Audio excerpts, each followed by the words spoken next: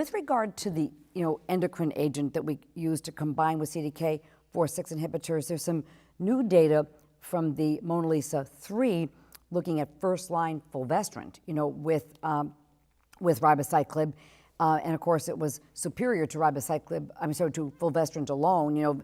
The same excellent hazard ratios that we've seen basically in all the first-line trials. The fulvestrant was also really an excellent partner for the first-line setting. Of course, in the second-line setting, it's it's outstanding. Of course, what do you think?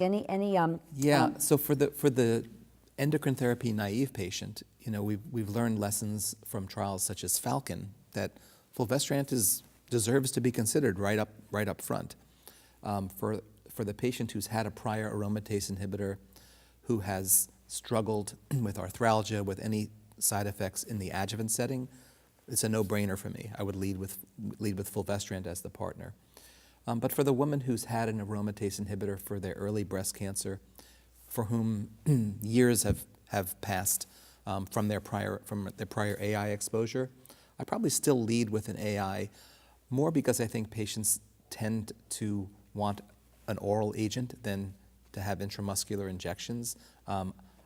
It's likely that hopefully with current development we'll see oral selective estrogen receptor downregulators in the future, but it's a discussion. And but for someone who's struggled with AI toxicities, I generally lead with fulvestrant. Yes, I'm precisely.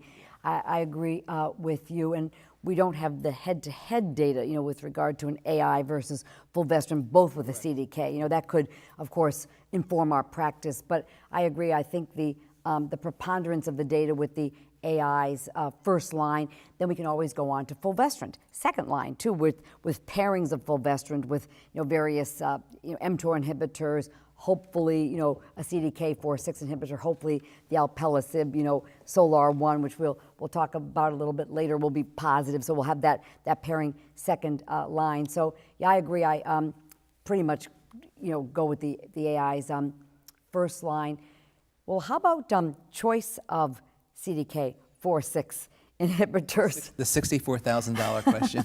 So, it's interesting that we have 3 aromatase inhibitors, right? We have anastrozole, letrozole, and exemestane. And we have 3 CDK4/6 inhibitors. So 3 seems to be the magic number. And when I talk to physicians, if I ever ask the question, have you used all the AIs? Well, yeah, anyone who treats a lot of breast cancer has used all the AIs. They've looked at the data. The data are more similar than different, and they tend to vote or use them based on their experience. When I ask doctors now, and it's certainly admittedly earlier in the evolution of CDK4/6 inhibitors, how many docs have used all 3, it's surprisingly a small proportion, and I'm sure that will change. But I encourage my colleagues to get experience, hand-on experience, and vote with their feet. Having said that, in terms of efficacy, these hazard ratios are just so consistently on the mark, 0.55 across the board with all of these agents. So in terms of efficacy, it's hard to argue that we're seeing any big differences. And I don't think we are interested in the Coke versus Pepsi trials anymore. I don't think we're going to see head-to-head comparisons.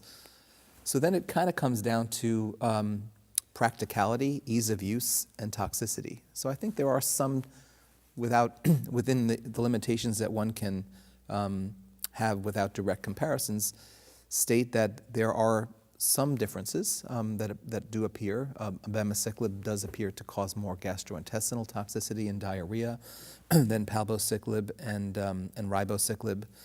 There is, at least for now, the need to do EKG monitoring with ribociclib regarding QT prolongation. I do wonder whether that's going to disappear someday. In terms of myelosuppression, I would say they seem to be more similar than different in terms of the risk of febrile neutropenia. So my long-winded answer to a very direct question is gain experience with all these drugs and let your experience guide you, because the data look quite similar. Yeah. I totally agree. They really are. In the premenopausal population, I am tending to follow the bulk of the data there with the ribociclib from the Mona Lisa 7 trial that now Dabutropathy has published, and with the use of the LHRH agonist, of course, Yeah, it's interesting that that trial actually ever happened, because we have subsets of patients in other trials like Paloma 3 where premenopausal women were given ovarian suppression.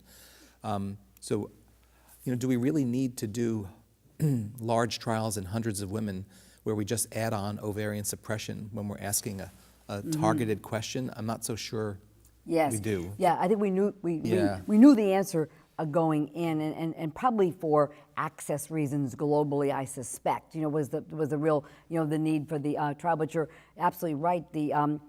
In fact, we just saw an update on the Monarch 2 trial, also looking at the premenopausal subset, the Paloma 3 as well.